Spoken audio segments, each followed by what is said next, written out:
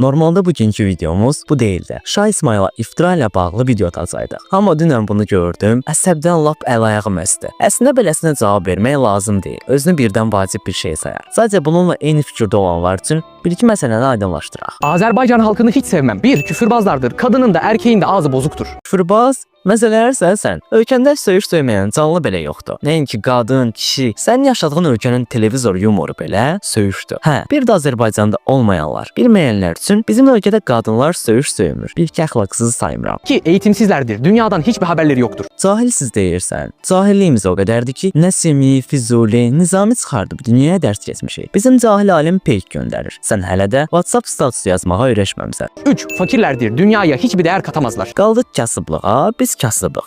Amma siz də kasıbsınız. Biz varlıyıq, siz də varlısınız. Məncə şəkillər hər şeyi göstərir. Bu dediklərimizdən incəyəcək türk olmaz inşallah. Bizim təbii ki də Türkiyəli qardaşlarımızla bir problemimiz yoxdur. Sadəcə belələrinin ipini bərkidin ki, çox səs çıxarmasınlar. Görüşərik.